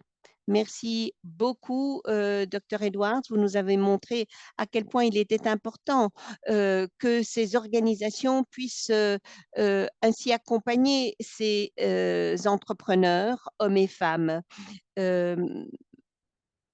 Avec la présentation de Joséphine, nous avons compris que les organisations comparables à l'Agence de formation nationale de la Grenade sont également présentes sur ces terrains-là. Et nous arrivons maintenant à la dernière présentation, après quoi nous répondrons à toutes vos questions. Nous allons donner la parole à Nyasha Denner, qui est en fait cofondatrice d'une entreprise au Zimbabwe. Elle va nous présenter la société Bonosalus Enterprises, qui est en fait qui se consacre à l'agriculture urbaine, en particulier la production de micro-pousses et de smoothies. Merci beaucoup. Je suis particulièrement excitée d'être des vôtres aujourd'hui et de pouvoir ainsi parler devant des collègues du monde entier. Alors, bienvenue à Bonosalus. Nous sommes une entreprise, une exploitation de micro-pousses. En fait, notre mission est donc d'améliorer la santé et le bien-être des personnes grâce à l'alimentation. Image suivante. Alors, comment est-ce que tout a commencé? Eh bien, en 2016, un de mes frères est devenu a perdu la vue, en tout cas a eu un handicap visuel. Et j'ai fait quelques recherches sur les handicaps visuels et j'ai trouvé un article justement sur les organes humains qui pouvaient être défaillants du fait d'une mauvaise alimentation, d'une mauvaise nutrition. C'est un article que j'avais trouvé sur Google. Et en fait, il recommandait donc la consommation de micro-pousses, mais également de smoothies à base de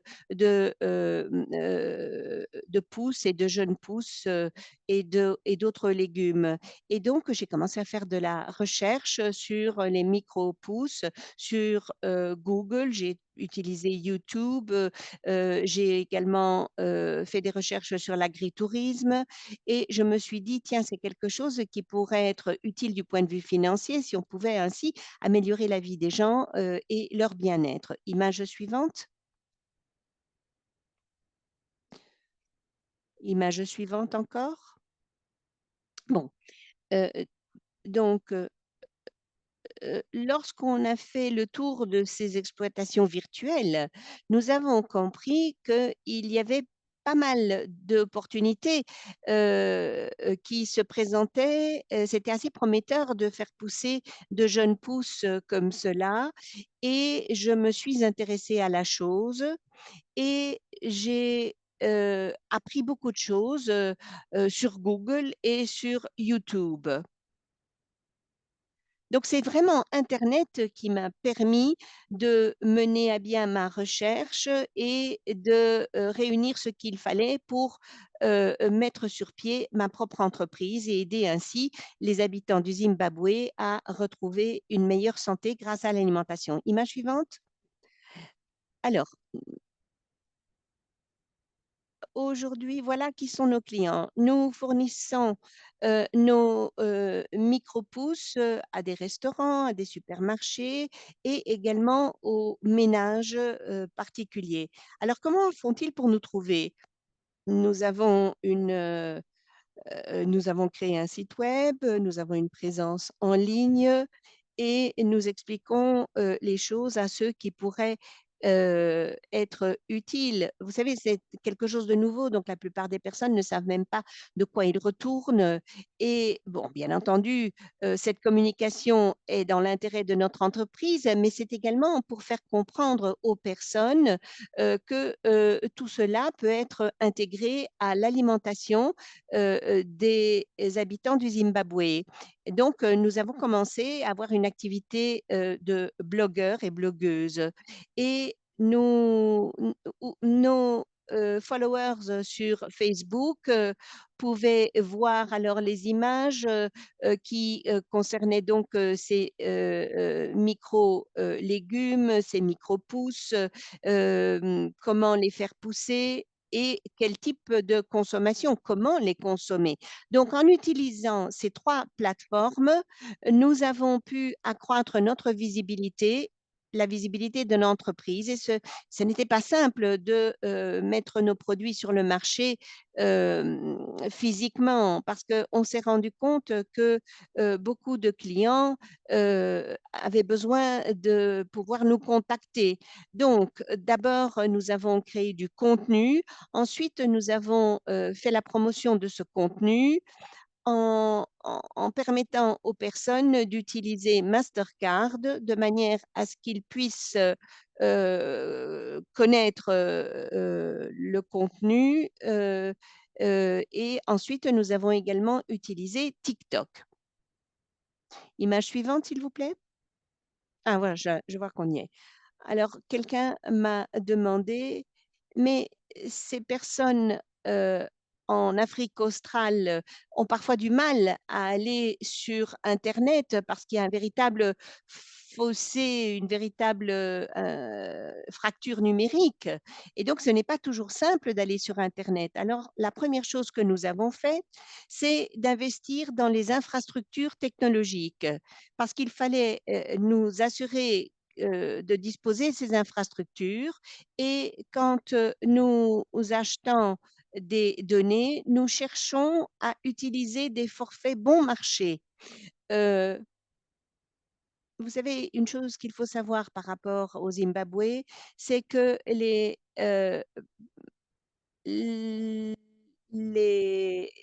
ces forfaits sont différents en fonction de ce que l'on veut faire. Bon, si vous voulez aller sur WhatsApp, vous avez des données, des ressources limitées. Vous allez peut-être vous limiter à une plateforme de réseau social spécifique. Et donc, une fois qu'on avait compris cela, on s'est dit, OK, il faut qu'on soit présent là où les gens vont aller tous les jours. Il y a donc la page Facebook qui va nous permettre de communiquer. Et grâce à cette plateforme, j'ai pu poster des contenus. Et ça, c'était particulièrement précieux pour ceux d'entre nous qui sommes des entrepreneurs en Afrique. Ça a permis également aux personnes de nous suivre et éventuellement de diriger nos followers vers certaines campagnes.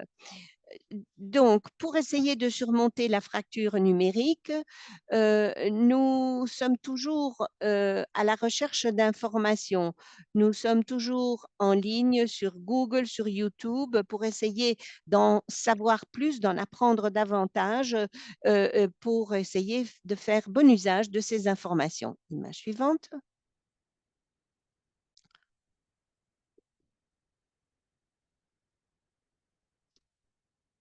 Alors, nous avons utilisé la technologie de la manière suivante. Alors, il y a les technologies agricoles et d'agriculture en intérieur, donc en serre. Au départ, c'était une agriculture, une culture en intérieur. Nous avons communiqué grâce à ces plateformes numériques. Nous avons également fait de l'agriculture hydroponique. Ça, c'est ce que nous avons appris. Et grâce à ces plateformes de réseaux sociaux, nous avons appris à faire du réseautage, à collaborer avec d'autres personnes, non seulement au Zimbabwe, mais de par le monde. Nous trouvons nos matières premières dans d'autres pays parce que les micro-pousses, nous ne les trouvons pas, les semences, nous ne les trouvons pas forcément au Zimbabwe. Donc, nous avons acquis des kits de micro-pousses en ligne. On s'est servi de l'intelligence artificielle. On a utilisé ChatGPT, par exemple, pour faire de la création de contenu. Nous avons également utilisé Canva pour le design.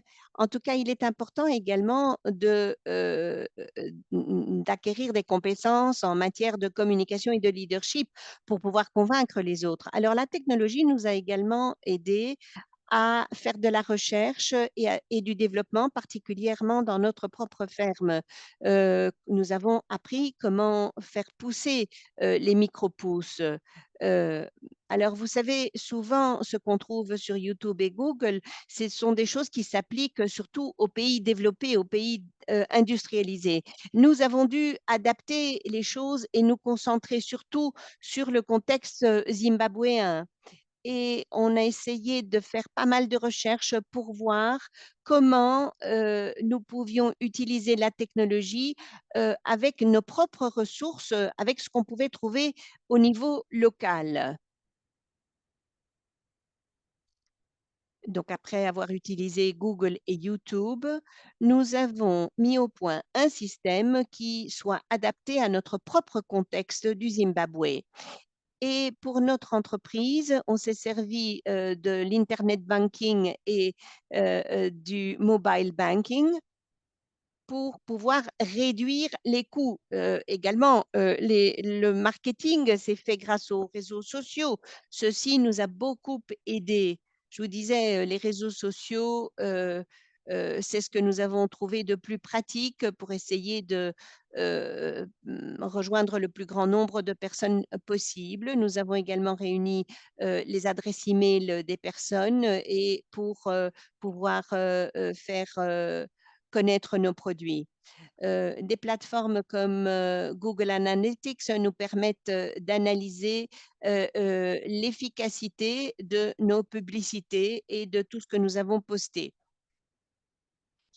notamment sur Facebook. Donc, tout ceci nous a permis de comprendre ce que l'on pouvait encore faire après ce que nous avons fait.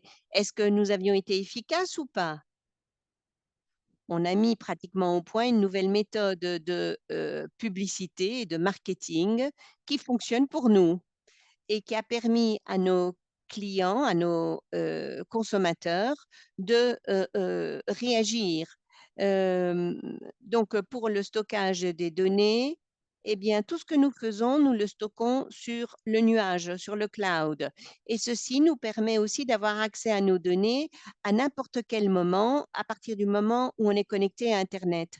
La technologie nous a également aidé à faire du mentorat dans les différentes zones de l'Afrique, que ce soit en Afrique du Sud, au Kenya, mais également aux États-Unis. Donc, ce mentorat en ligne, cette communication nous a permis de développer notre ferme urbaine. Image suivante.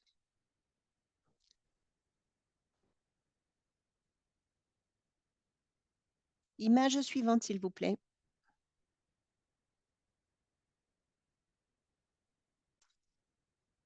Donc voilà quelques-uns des avantages de cette adaptation à la technologie et que nous avons utilisé dans notre propre ferme.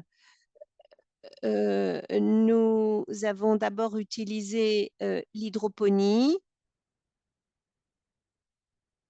et puis nous avons appris ce que d'autres faisaient avec des fermes virtuelles. Donc, le système hydroponique, en fait, que nous avons mis en place a permis d'être beaucoup plus efficace et efficient, même dans un espace limité. Et nous avons accru notre productivité. Nous avons réduit le coût de la production, donc c'était une approche très efficace du point de vue des coûts.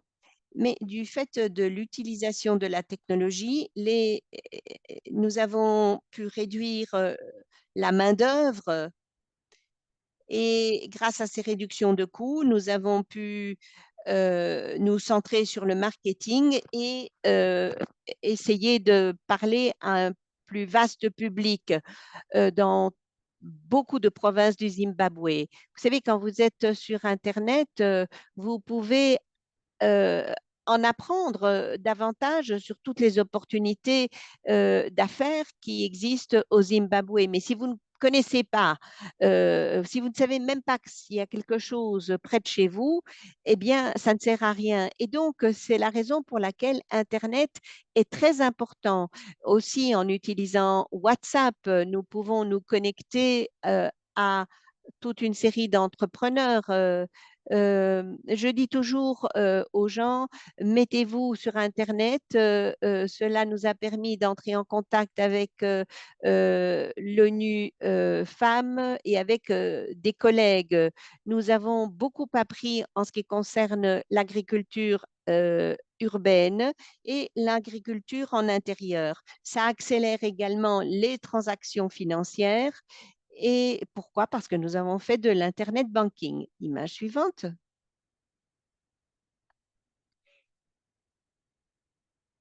Alors, quelles sont les prochaines étapes? Eh bien, nous sommes assez optimistes. Nous pensons qu'à l'avenir, nous serons une des fermes verticales automatisées les plus importantes qui vendra le plus de légumes frais produits de façon biologique et on pourra vendre ces produits de par le monde grâce à une plateforme virtuelle. Par ailleurs, nous envisageons de vendre également des produits numériques. Nous sommes en train de rédiger un livre électronique sur comment les méthodes pour faire pousser les micro-pousses. Et voilà.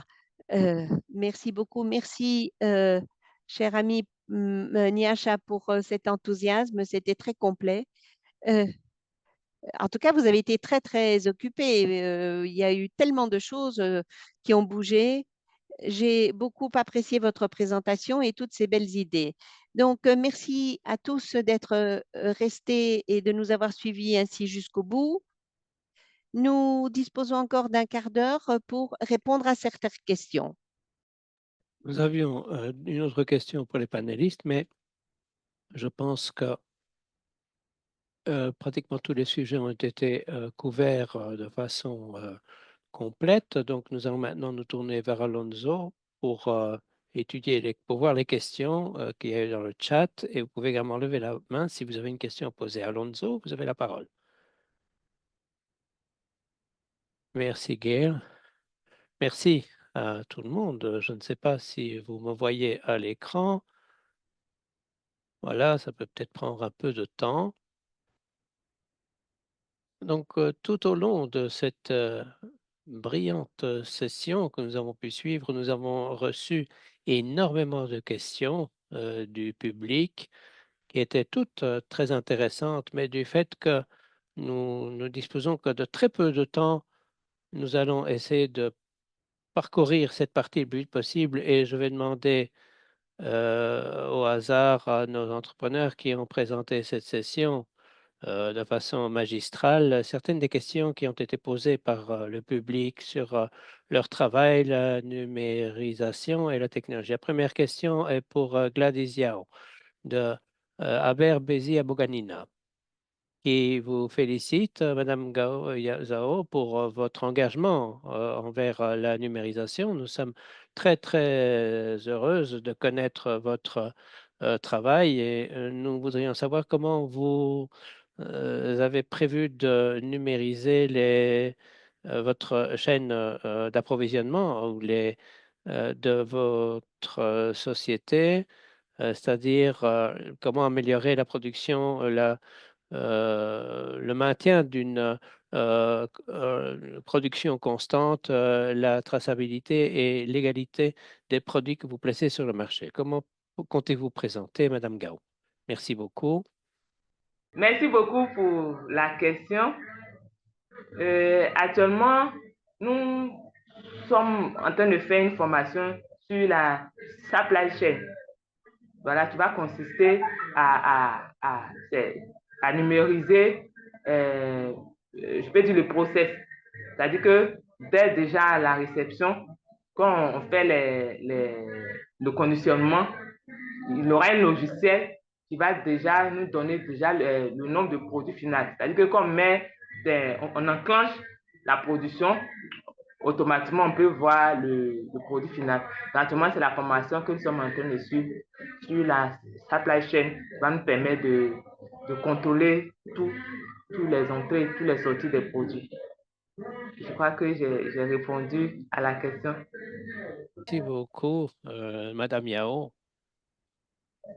C'est une réponse très inspirante. Je voudrais maintenant passer à la question suivante pour Shiva Augustine, qui a également joui d'une série de questions très intéressantes. Mais je voudrais vous demander, est-ce que vous pourriez nous expliquer où vous avez reçu votre formation dans l'utilisation de l'IA? Pourriez-vous nous dire où vous vous êtes adressé, qui a fait le coaching pour l'utilisation de ces outils et comment avez-vous déterminé quelle est l'intelligence artificielle qui s'adaptait le mieux à votre activité? Je trouve cette question très intéressante. Pourriez-vous y répondre? Eh ben, je suis très heureuse de répondre à cette question. Au début, avant que j'ai lancé mon activité, je travaillais dans le marketing en ligne, dans un resort.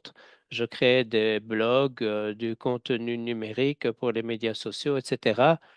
Et donc, j'ai toujours baigné un peu dans les médias sociaux et dans les technologies émergentes. Et un de mes gestionnaires ou de responsables pour ce travail elle m'a rencontré quelques années plus tard et m'a montré toutes les possibilités de l'intelligence artificielle. C'est ainsi que j'ai commencé.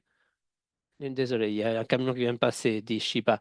Euh, c'est à ce moment-là que j'ai commencé à jouer un peu avec l'IA, à l'explorer. Et cette année-ci, j'ai commencé à travailler avec un coach l'entreprise s'appelle Nicole Watson, qui m'a montré comment utiliser ChatGPT de façon plus efficace, et puis deux autres plateformes. L'une s'appelle Clog et l'autre s'appelle Loom. J'ai vraiment eu un processus très intéressant avec l'IA pour que ce soit plus clair, pour passer de une relation entre l'entreprise et le consommateur et passer à une relation entre les entreprises. Donc, j'ai fait cet exercice de clarification pour savoir qu'est-ce que vous voulez offrir, quelles sont vos valeurs, quelles sont vos limites, etc. Elle m'a fait une liste de points euh, pour lesquels je devais répondre en 5 minutes. Puis j'ai enregistré ça sur cette application qui s'appelle Loom, et j'ai utilisé la transcription de ces réponses. Je l'ai mis sur ChatGPT pour m'aider à trouver la façon d'exprimer mes valeurs. C'est un processus qui est passé de simplement m'exprimer de façon naturelle à trouver une façon de rendre cela plus clair. Et puis, l'IA m'a aidé à vraiment à agir de façon plus enthousiaste, plus claire dans cette nouvelle trajectoire euh, de me mettre en rapport avec les clients. Et Clog, je n'en ai pas encore parlé, m'a permis de raffiner mes lettres. Et nous avons beaucoup travaillé avec ChatGPT maintenant, et cela m'a permis de comprendre mieux ma façon c'était une relation assez intéressante parce que j'avais vraiment l'impression de parler avec quelqu'un et non pas avec une machine. Eh bien, merci beaucoup pour votre réponse. Et comme le mentorat peut être important pour pouvoir établir des relations entre personnes. Il ne nous reste que quelques minutes. Je voudrais terminer par demander à Dr. Kim Myoy Edwards. On nous demandait si vous pourriez partager ici le profil des personnes pouvant bénéficier de votre programme de formation. Et c'est peut-être de trop, la réponse sera peut-être trop longue, mais toutes les personnes qui travaillent dans le secteur privé voudraient savoir comment vous avez pu réduire euh, les, les taux par votre processus de certification. Euh, il y avait une période de renforcement des capacités. Pendant cette période, vous aviez surtout des jeunes participants, des femmes qui ont pu sortir de leurs contraintes sociales. Donc, je suis intéressé à apprendre de votre expérience, Madame Kimai, de savoir comment on peut éviter les décrochages au cours de cette période. Parce que c'est une question qui est liée également au manque de numérisation, au manque d'accès à Internet, par exemple. Ah oui, alors tout d'abord, merci beaucoup pour cette question. Alors, par rapport à ce que notre agence a fait, en collaboration avec les organisations et les prestataires de formation, eh bien, on s'est penché donc sur le taux de décrochage des participants, mais avant même que la formation ne commence, on s'est concentré spécifiquement sur le renforcement des capacités, de manière à ce que la formation puisse vraiment se faire en fonction des compétences de départ. Donc, nous avons alors mis au point une formation pour nous assurer que le programme soit vraiment fait pratiquement taillé sur mesure pour ces participants. Alors, les instructeurs étaient des experts en contenu, mais pas forcément. C'était surtout des personnes qui faisaient preuve de beaucoup de pédagogie pour s'assurer que cette formation puisse être dispensée auprès de tous. Et donc, surtout en ce qui concerne le programme de formation de base, des compétences de base. Il fallait en tout cas au départ que l'infrastructure soit disponible pour que l'on puisse dispenser ces formations. Cette formation, donc, dans le cadre du programme d'alphabétisation numérique. Parce que l'un des défis du programme, c'est la connectivité. Donc, lorsque les participants, par exemple, suivent depuis chez eux, eh bien, ils ne sont pas toujours capables d'avoir accès au programme, d'avoir accès. Il faut donc qu'il y ait des laboratoires ou des hubs, hein, pour qu'ils puissent avoir des endroits où il y a une connectivité qui est assurée. Donc, ces centres de formation, ces hubs devaient avoir une accessibilité qui soit relativement simple. Il fallait que le matériel soit également accessible. Il fallait que ce soit convivial. Et donc, on a mis au point une plateforme qui était spécifique. Ce n'était pas donc une formation traditionnelle sur papier où on utilise un bic et un papier. Non, c'était vraiment du matériel fait sur mesure et qui était convivial. Alors, vous disiez que l'un des défis, c'était justement le décrochage de certains participants. Au départ, si on avait commencé avec 20 personnes et chaque cohorte devait être composée d'au moins 20 personnes, eh bien, au bout d'un moment, on s'est aperçu qu'il n'était plus que 17 et puis un peu moins encore. Et donc, on s'est posé des questions. Alors, il fallait évidemment qu'un soutien technique, un support technique puisse être disponible, mais il fallait également qu'il y ait, si vous voulez, un engagement au niveau émotionnel de la part des participants. Euh, vous savez, certaines de ces personnes ont fait des études supérieures, mais d'autres ne sont pas allées plus loin que le niveau secondaire. Et donc, on a essayé de faire du sur-mesure. Et nous avons donc suivi de très près les données statistiques et les informations à notre disposition pour essayer de réduire au minimum le taux de décrochage des participants. Donc, voilà ce que nous avons mis en place donc, pour essayer de réduire le décrochage.